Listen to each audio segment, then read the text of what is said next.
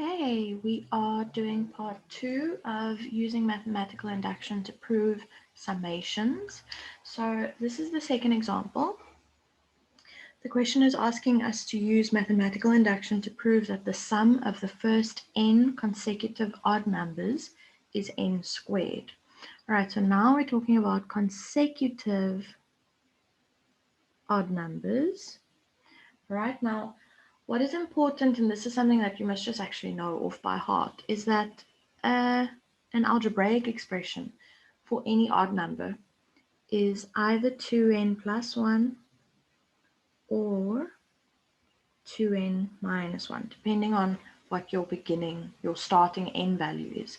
So if your starting n value is 1, right, what is the first odd number that exists? The first odd number that exists is 1. So if you're looking for the first odd number, then you're going to say 2 times 1 minus 1, which does in fact give you 1. What is the second odd number? The second odd number is 3.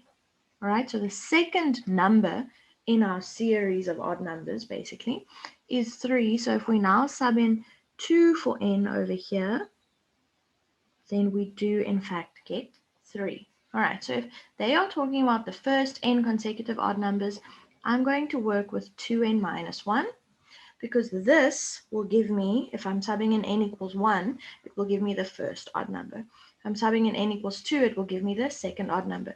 You could use this, but then in this case, what would you have to sub in to get the first odd number? You couldn't sub in n equals 1 now, because if you're subbing in n equals 1 into this equation, or this expression rather, you're going to get 2 times 1 plus 1. It's going to give you 3. So if you're wanting to use this as an expression for an odd number, then you would have to start by subbing in n equals 0 to get your first odd number. All right, so we are going to stick with this expression, 2n minus 1. Right? So they're saying we must use mathematical induction to prove that the sum of the first n consecutive odd numbers is n squared. All right, so now we are again going to follow our steps that we listed in the previous video. All right, so we're first going to say RTP, required to prove. Now we're going to write this sentence that was given, this statement, in mathematical terms. So if we're adding the first n consecutive odd numbers, we're going to have to say 1, because that's the first odd number. Now what is the next odd number? Would be 3.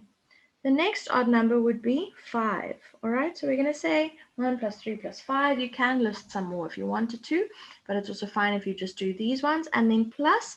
And now our last odd number is now not going to be n. In the previous example, we just had the first n natural numbers. All right, now we have the first n consecutive odd numbers. So now our last term, almost like our general expression for all odd numbers, is going to be 2n minus 1. Don't have to put it in brackets. I'm just putting it in brackets to show that it represents one term. Right? And that is equal to n squared. That's what they're wanting us to prove. Okay, just a reminder where this is coming from. The algebraic expression for all odd numbers. Algebraic expression for an odd, and then I'm just going to use the hash symbol, hashtag, for an odd number. All right, so we can't say 1 plus 3 plus 5 plus n, all right, because n in this case represents, it's actually a position in like a number pattern. Okay, when we do sequences and series in core maths, we're going to discuss number patterns and the position in a number pattern in a lot of detail. So here, n doesn't represent the number itself. It represents the number of numbers, if that makes sense. All right, so there are n numbers in this pattern, in this series that we have here. But so here for this one, n would be 1, n would be 2, n would be 3. Right, but the number position is not actually equal to the number in this case, because now we're only working with odd numbers. All right, so that is what we need to prove. So that's step 1 done. Now we're going to say for n equal to 1. All right, now we're going to say the left-hand side of this statement that we need to prove. We're first going to prove that it's true for n equals 1. So if n is 1, then we're just working with the first number. Remember, n represents the position in the number pattern or in the number series. So n equals 1, so we're just taking the first term. So if n is 1, then the sum of the one odd number, the first odd number, is just 1. All right. If n is 1, then the right-hand side is going to be where this kind of formula, the statement is saying that the right-hand side is n squared. It's going to be 1 squared, which is equal to 1. All right, so we see that for this statement, if n is equal to 1, the left-hand side is in fact equal to the right-hand side. All right, therefore this statement is true for where n is equal to 1. Okay, so that's the second step done. Now for the third step, we're now going to say assume true for n equals k. And that means that 1 plus 3 plus 5 plus ... plus, now instead of 2n minus 1, we're going to say 2k minus 1. And that is equal to, instead of n squared, we're going to say k squared. Right, so we are assuming that this is true. Remember, we're assuming that this is true so that we can use it in the next step, which would be our fourth step. So now we're going to say for n equals k plus 1. If n is k plus 1, then the left-hand side will be equal to 1 plus 3 plus 5 plus ... plus. Now in the previous example, we didn't put this step in straight away. We broke it up into two separate steps. What I want us to think of now is that 2k minus 1, all right, is our last term when n is k. So if n is k plus 1, 1 more than in the previous statement, all right? This is not going to be our last term. This is going to be our second to last term. So I'm going to put that in straight away. 2k minus 1. That is our second to last term. Okay, so now for our last term, what are we going to use? We're going to use k plus 1 in the place of k over there. So now we're going to say, and I'm actually going to put this in square brackets. So instead of 2k minus 1, we're now going to have 2k plus 1 minus 1. Right, that is the left-hand side. Now I'm just going to simplify that. So we have 1 plus 3 plus 5 plus ... plus our last term, which is 2k minus 1. And then our second to last term, which I'm just going to do that all in one step. Now we're going to say 2 times k is 2k. 2 times 1 is 2. So that's already 2k plus 2 minus 1. So 2k plus 2 minus 1 is going to be 2k plus 1. Right. So that is actually what our statement looks like. And if you just look back at our expression that we had here, 2n plus 1, all right, when we did our calculations here, we said that if in this expression, 2n minus 1, we are getting 1 as our first odd number. But if we use this one, we actually get 3 as our first odd number. So this expression will always give you one odd number more than this one, which we can see we're actually getting here. All right, this is an odd number, the second to last odd number, and then this will give you the next odd number, the last odd number. Okay, but you didn't have to know that in order to do this calculation. I'm just going to run through this step again quickly because it is a bit confusing, it might be. So first we prove that it's true for n equals 1. Now we have to assume that it's true for n equals k. So we rewrite the statement that we wrote at the top, subbing in k instead of n. Now we need to prove that it's true for n equals k plus 1. But before we can do that, we first need to set up our left-hand side and our right-hand side. I am going to do the right-hand side just now. All right, so our left-hand side, we use the same expression. Now just instead, or you could use that expression as well if you wanted to. Instead of n, we're now using k plus 1. All right, so the extra bit that we've done here, which is not just subbing in k plus 1, which is knowing that if 2k minus 1 is the last term, if n is equal to k, then that will be the second to last term if n is equal to 1 more than k. Right. So it's almost like we're extending this number pattern, this series, by an extra term. Okay, you can look at it like that. So here we have 2k minus 1 becomes our second to last term. And now for our last term, instead of n, we're going to use k plus 1, all right, because n is now k plus 1. So we then have to multiply 2 into the bracket and then minus 1 from it, and we get that. Okay, so that is the left-hand side. I'm going to keep working on that just now, but before we do that, let's just quickly on the side, if you have space, if not, you can do it underneath. Let's just quickly write down what the right-hand side is going to be, because we're going to have to prove that this whole expression is equal to the right-hand side. Now, the original right-hand side is n squared. Now, if n is k plus 1, n squared is going to become k plus 1 squared. Okay, so this is what we need to work towards. This is what we need to prove, actually, k plus 1 squared. Okay, now we're going to do the same thing that we did in the previous example. We are going to isolate this part of the statement, and hopefully we recognize that it is the same as the left-hand side of the previous statement, the statement that we assumed was true.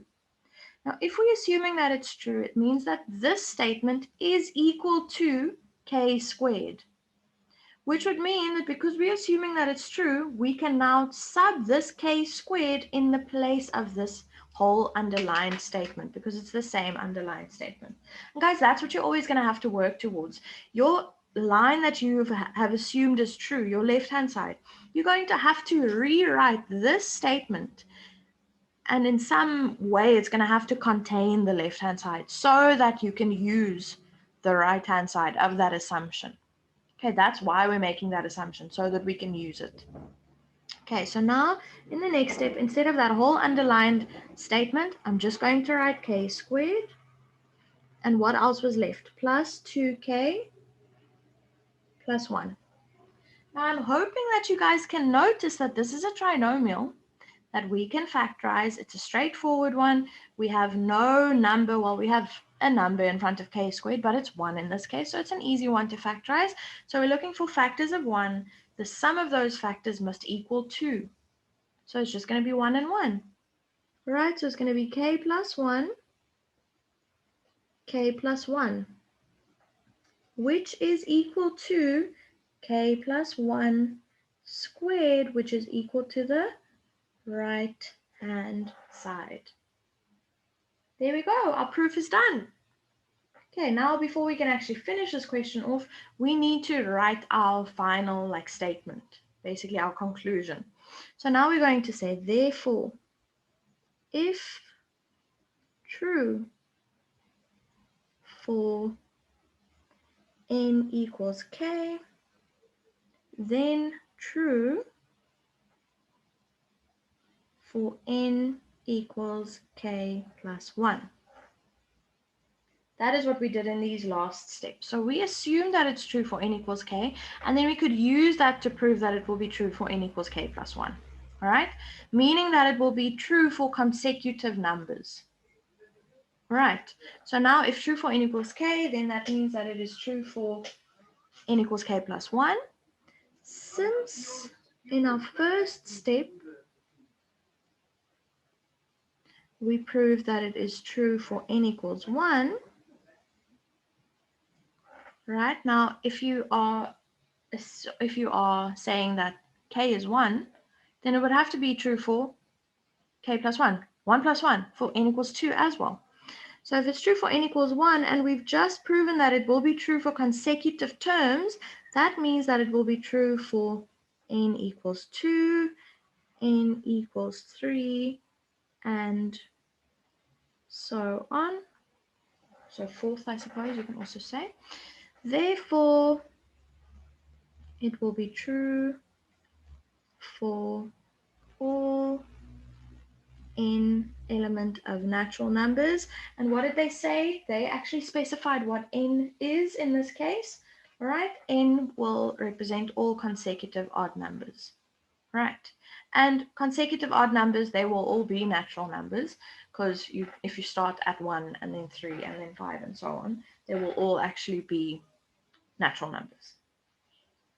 Right, so that is it. That is the second example. Again, if you were confused about any of this, please watch it back. Make sure that you copy this down into your books properly, and if it will help, maybe do it on the next page on your own. After just copying it down and listening to my explanation, see if you can rewrite the question and then do it on your own from scratch without actually looking at my solution. Okay, that's quite a nice way of practicing it. Literally looking at the solution and then seeing if you can, on a new page, do the same solution on your own. Okay, that's a nice way of checking whether you've understood. All right, the next example, example 3. There we go. Use, oh, this doesn't fit properly. Let me just zoom out a bit. Use mathematical induction to prove that, and now we have the sigma symbol, all right? Sigma, we know, means sum. So this is a summation question. So use mathematical induction to prove that the sum of all these terms, I is 1 to n of I squared, is equal to 1 over 6n times n plus 1 times 2n plus 1. Now guys, we do actually have a formula for this. We use that formula in integration. But if you want to go look back, all right, if you actually multiply all of this out, it will give you, if you multiply it out and then simplify it, it will give you that formula that we got. But now in this question, they're wanting us to prove that it is equal to this. So this is the answer or the expression that we're actually going to work towards. Okay, so we can, in a sense, ignore the one that we know, the one that we're given in integration. We need to work towards what they're asking us to prove. And now again, they're just saying for where n will always be a natural number. Okay, now luckily, in this case, they've already written the whole required to prove thing in mathematical notation. But what I want us to do is to actually get rid of the sigma symbol and get rid of the I squared and just write it as an actual sum. Okay, it's much easier to then substitute that, you know, to write it where n equals k and then n equals k plus 1 to substitute it if we actually have it in terms of specific values that we're adding together. Okay, so that's what we're going to do. We're going to say required to prove.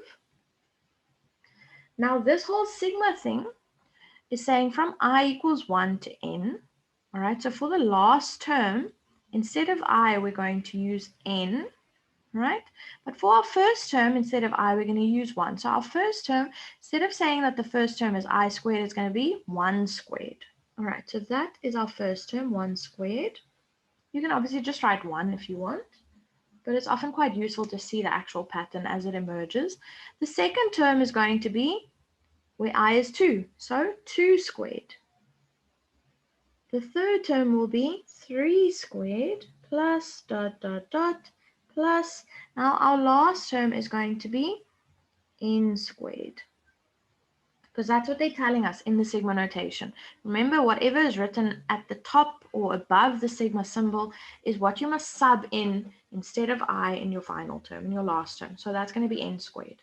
All right, and now they told us what the right-hand side is equal to. So 1 over 6n. And here, if you want, you can write it as n over 6. Right, you could even, if you wanted to, multiply this out and then actually work with the simplified expression. You can do that if you want to, but you would have to show that then. Okay, you can't just assume that the marker is going to know that this is equal to that simplified expression. The marker will know that, but the marker, how can I say this? You can't assume that the marker will know that you know that. Okay, you actually have to show that this is equal to that other formula that we are given on the formula sheet for I squared. Okay, so you can do that. I'm going to keep working with this as it is just to show you how it looks. Because we have fraction, we have brackets, okay, it can get a bit complicated. Let's just do like a complicated example together so that we have one. Okay, so that's our first step done. Now we're going to say for n equals 1, which means that we're just working with one term. The left-hand side, what is the value of my first term? If n is 1, the value of my first term is 1. 1 squared, which is 1. Okay, right-hand side. Right-hand side, I'm going to say equals, and now we need to show that we're subbing n equals 1 in here. Okay, so we have to say 1 over 6 times 1 times 1 plus 1 times 2, and then I'm just going to use a dot there for that multiplication, plus 1. Okay, so I'm just showing that multiplication fully. And now you can type this into the calculator, you can work it out in your head, but it is equal to 1. Okay, so therefore, if n is 1, the left-hand side is equal to the right-hand side. Therefore, this statement is true for n equals 1. Okay, now we're going to assume that it's true for n equals k. And we're actually going to write that down, guys. These parts that I'm writing is actually stuff that you have to write down as well. You can't just do the steps without showing the marker what you are doing. Okay, so you have to show this. So assume true for n equals k. All right, now we're going to say 1 squared plus 2 squared plus 3 squared plus dot dot dot plus k squared. And now instead of n, we're just going to use k. So 1 over 6 k times k plus 1 times 2k plus 1. Right, so we are assuming that it's true. And now remember, guys, our next step where we're making n equal to k plus 1, we're going to try and have this whole left-hand side expression as a part of our new left-hand side expression so that we can substitute this whole thing instead of that. Okay, so now we're going to say for n equal to k plus 1. Now we're going to rewrite this whole expression, but instead of n, we're going to have k plus 1. And remember, if this previous last term is now going to become the new second to last term. Right, because we're now working with a number pattern that is one more than the previous one.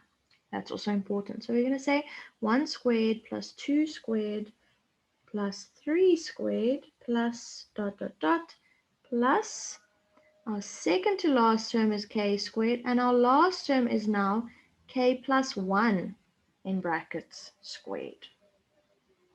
And this now, oh, sorry, that actually, I keep forgetting to do that. This is the left-hand side. My apologies, guys. LHS equals, sorry, that's what you have to do there. Sorry, see if you can squeeze it in there, right? I can't write the whole thing out equal to in my line because I haven't proven that it's equal to that whole expression yet. Okay, so you actually will get a mark taken off if you do what I was going to do now. If you write the left-hand side with k plus 1 and then say it's equal to that, because you actually still have to prove that that is true. Okay, so that's why we have to break it up into a left-hand side statement and a right-hand side. Okay, the right-hand side is going to be equal to 1 over 6. And now instead of k, we have k plus 1. Instead of k plus 1, we're going to have k plus 1 plus 1. So that's going to be k plus 2. Okay, now the next step, I'm just going to do it like off or in my head, but you can obviously write it out. Now we're going to have 2 times k plus 1 plus 1. So 2 times k plus 1, that k plus 1 in brackets, is going to be 2k plus 2 plus 1. So that's going to be 2k plus 3. Okay, please, if you didn't get that, then just write that out and do the actual multiplication. Okay, but if you sub in k plus 1 in each of these spots where you have k, then this is what you'll get. Okay. Next up, now we actually have to prove that this is equal to that. So now I'm just going to show you again, this underlined statement here is the same as that underlined statement, which is equal to that. Okay, so this left-hand side, actually, if we substitute our right-hand side here, we're going to have 1 over 6k, k plus 1 times 2k plus 1. That is now instead of the underlined statement, and then plus k plus 1 squared. Now we need to prove that this is equal to that. Okay, now hopefully we can see that we have a common bracket. We have a common bracket here of k plus 1. So I'm going to take that out as a common bracket, k plus 1. And now let's write whatever is left in the square bracket next to it. So from the first term, if I take away that k plus 1 bracket, I'm left with 1 over 6k and 2k plus 1. Plus, if I take away one of the k plus 1 brackets here, I'm going to be left with another k plus 1. Okay. Well, what's happening here? What are we going to have to do? We're actually going to have to multiply these brackets out. I mean the brackets inside the square bracket. Okay. Remember, we're working towards this all the time. Now, please, guys, this is not an equation. This is an expression. So you can't multiply by 6 to get rid of 1 over 6. Okay, it doesn't work that way. You could only do that if we have this as an equation, not an expression. So unfortunately, we're going to have to keep working with this 1 over 6. So we have k plus 1.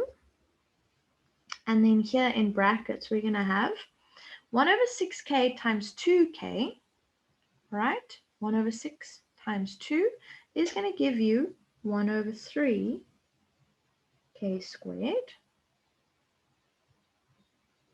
plus 1 over 6k plus 1 is 1 over, or times 1, sorry, is 1 over 6k plus k plus 1.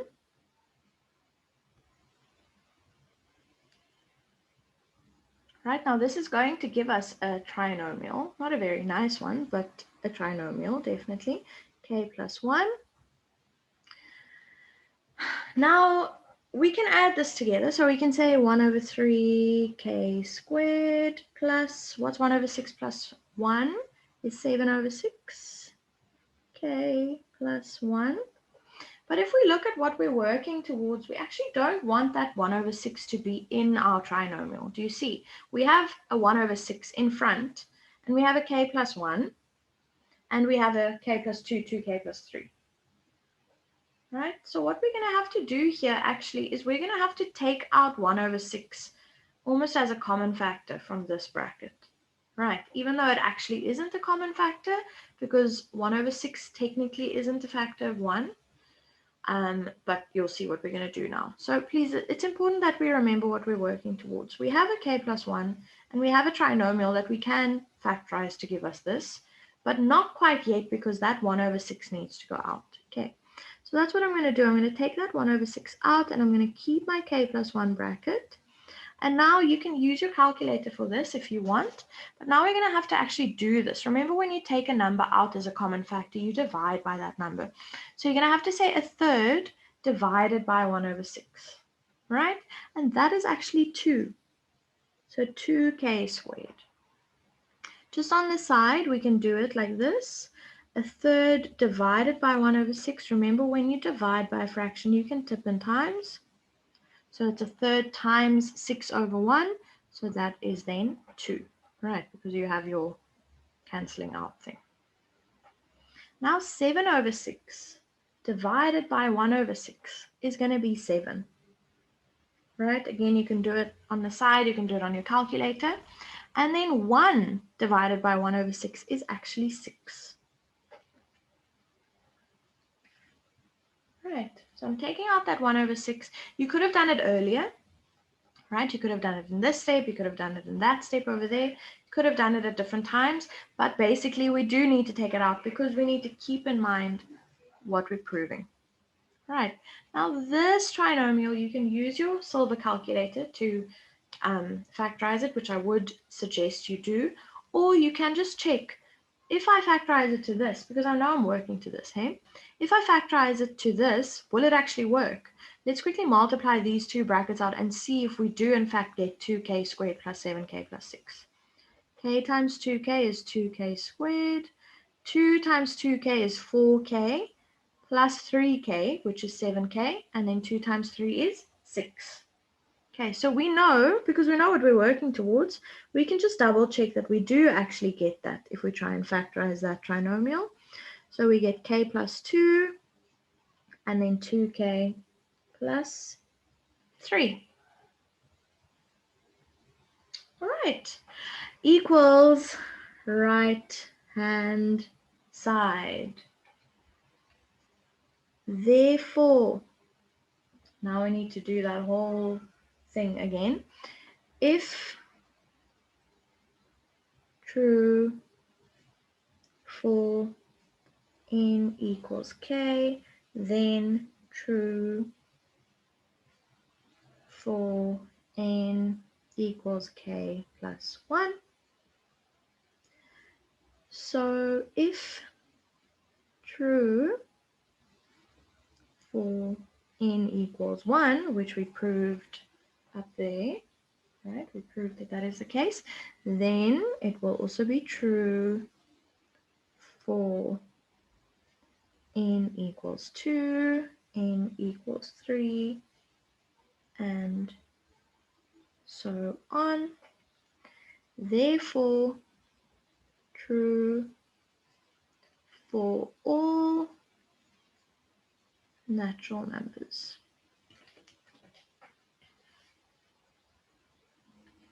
And there we're done.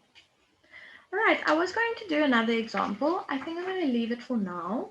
There is a fourth example in the answer series book. So what I'm going to do is I'm going to take a picture of that example and post it on the WhatsApp group, as well as the homework that you need to do.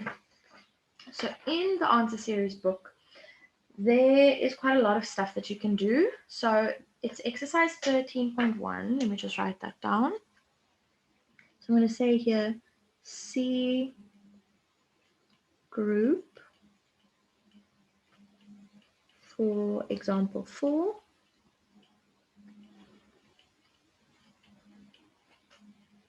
Right? Or if you have the answer series book, it is on page 140. All right? Or, not or, sorry, after that, you must do exercise 13.1.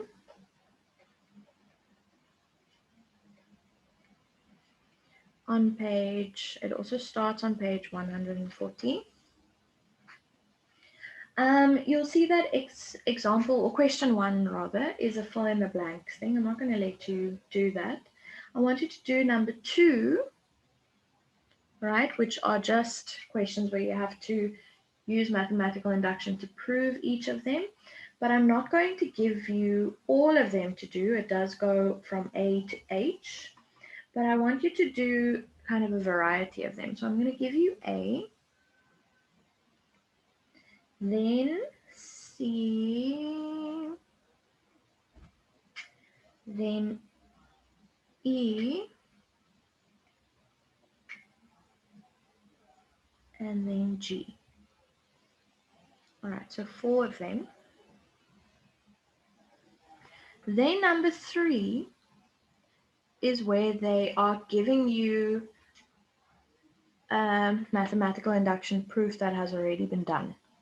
All right, and they are then asking you to say, then they're saying he made a mistake in the one step, write the correct version, and then he couldn't finish the one step, write down this part of the proof. And that is from a past exam paper. So that is also a way in which they can ask it.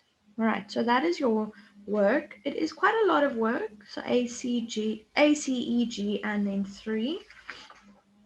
I would like you guys please to do those. All right, what I'm going to do then in tomorrow's video is I'm actually going to not teach you something new. I will work through these 4 step by step, but I urge you to not watch that video if you haven't actually done it yourself. Okay, you're not going to learn anything from it. You have to literally sit down and figure out how to do these proofs. I know it's difficult. It's a completely new way of proving something. It's a completely different type of question from what you've ever been given before. So you really need to make the effort. You need to sit down. You need to try these 4 on your own. If you get stuck and you really don't know what to do further, that's fine. Then you look back at this video or the previous one and you go through the steps again and see if that helps. Only then, if you really still can't get it done, then do you wait for tomorrow's video and then you write those down step by step with me. After that video, I'm going to give you some more of these to do from the same exercise. And then after that, then I'll see you guys on Wednesday. And then for Thursday's video, we're going to look at type 2 of mathematical induction questions, which are divisibility questions. Right, so that is important as well. Then after that, we're going to look at some exam questions on Friday. And then the following week, when you guys still aren't at school, we're going to start a new topic. I haven't quite decided what topic that will be, but yeah, we'll see when we get there. Okay. I think we will need to have a Zoom session this afternoon, but it will have to be a bit later because I am at school from Monday. So I will be in touch with you guys and best of luck with this work.